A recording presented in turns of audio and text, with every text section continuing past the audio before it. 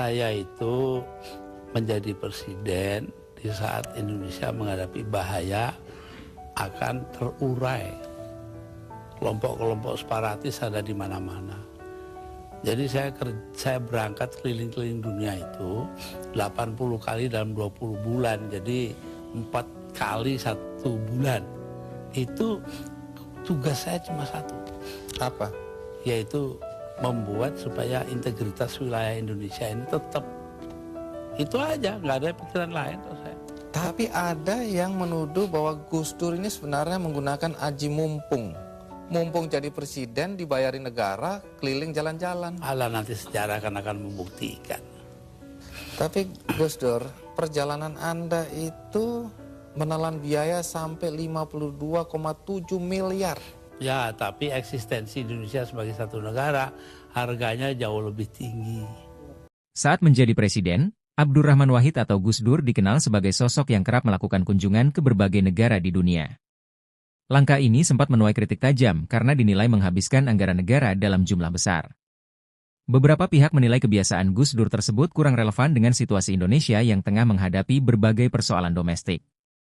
Namun, Gus Dur dengan tegas menyatakan bahwa kunjungannya ke luar negeri memiliki tujuan strategis, yaitu untuk menjaga integritas bangsa di mata dunia, terutama di tengah ancaman disintegrasi yang menghantui Indonesia saat itu.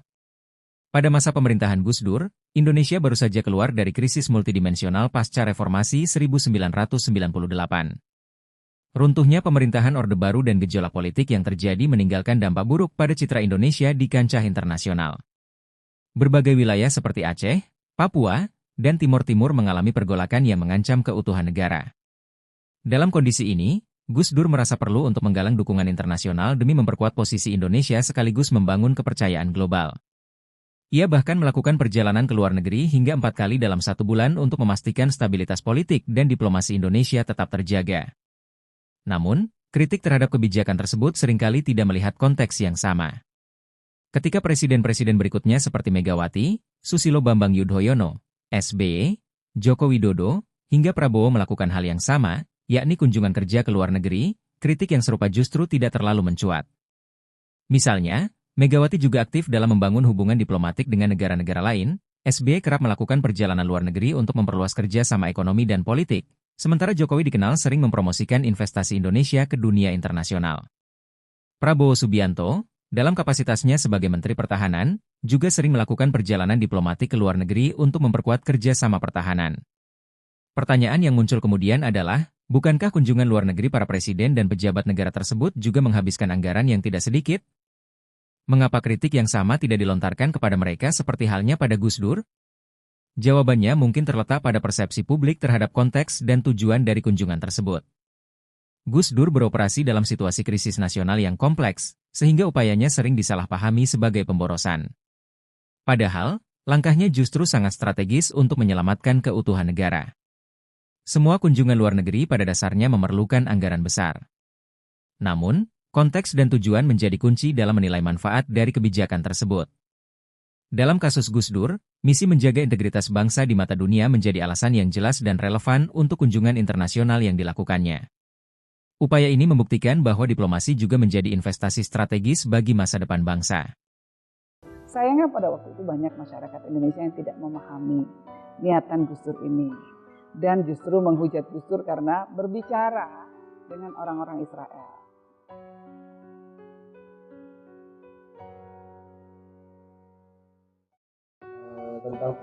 Ya, jadi saya memang waktu itu cukup aktif untuk mendampingi Gus Dur ketika beliau keluar negeri, tapi di dalam negeri juga mendampingi beliau.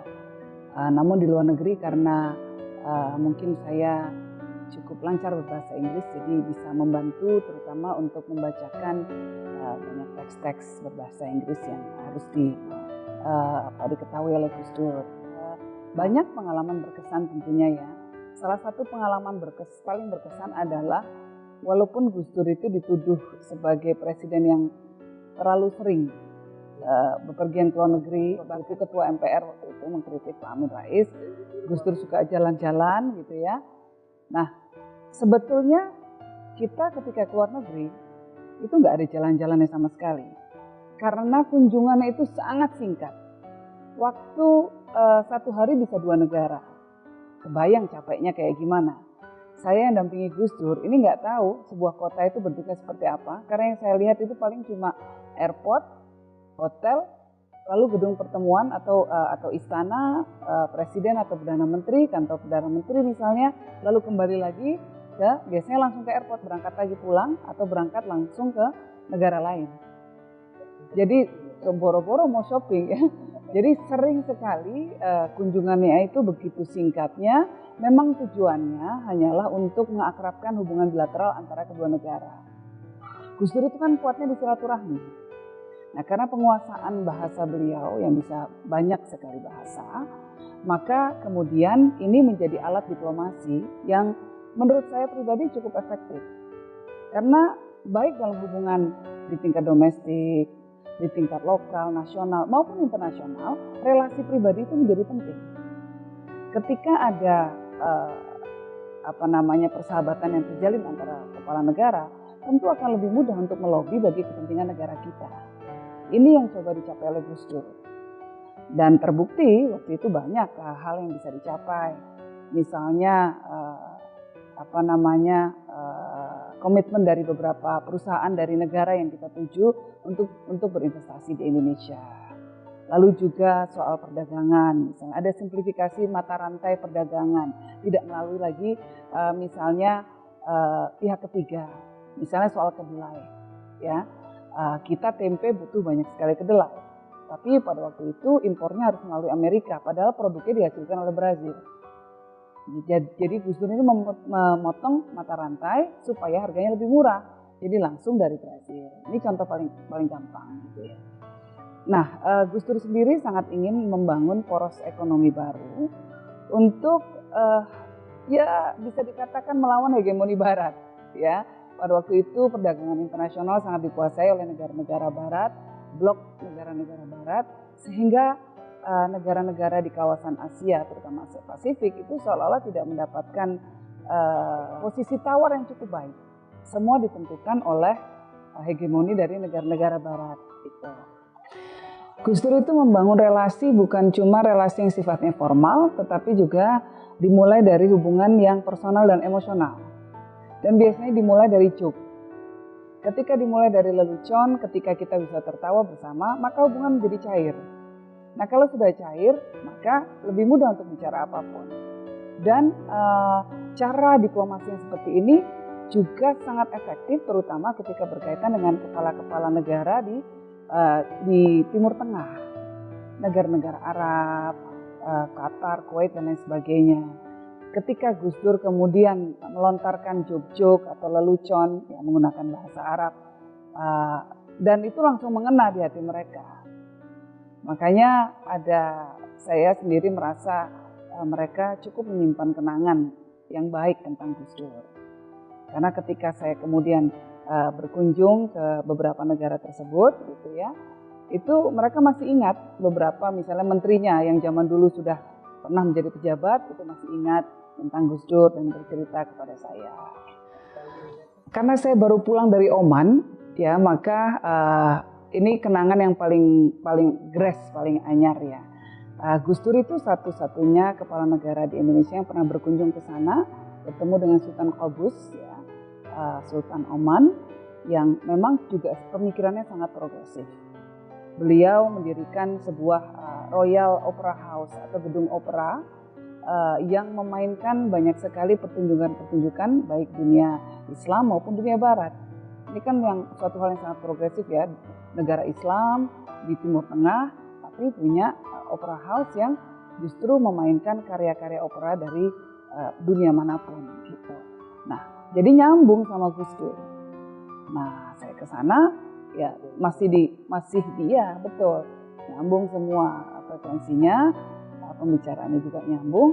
Dan alhamdulillah saya ke sana disambut dengan baik juga gitu, setelah walaupun sudah 20 tahun setelah kunjungan Gus Dur ke sana.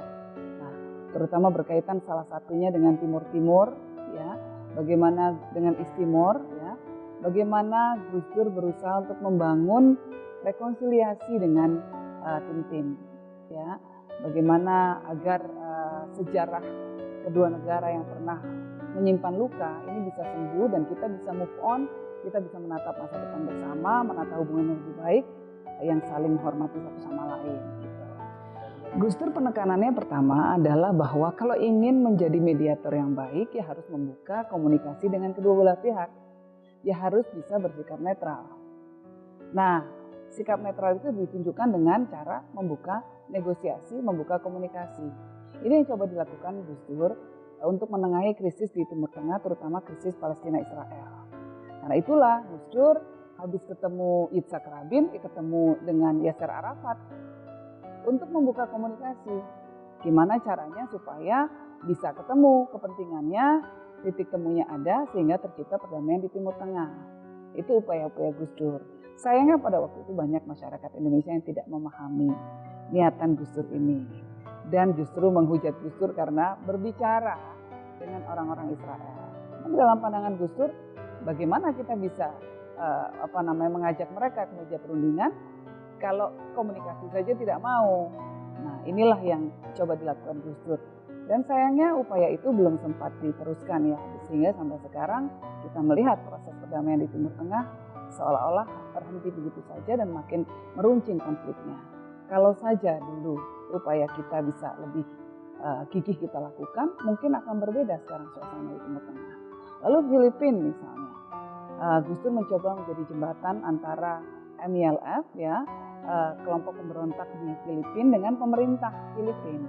Gus Dur bahkan mengundang mereka untuk ke Indonesia yang oleh pemerintahnya justru tidak diakui.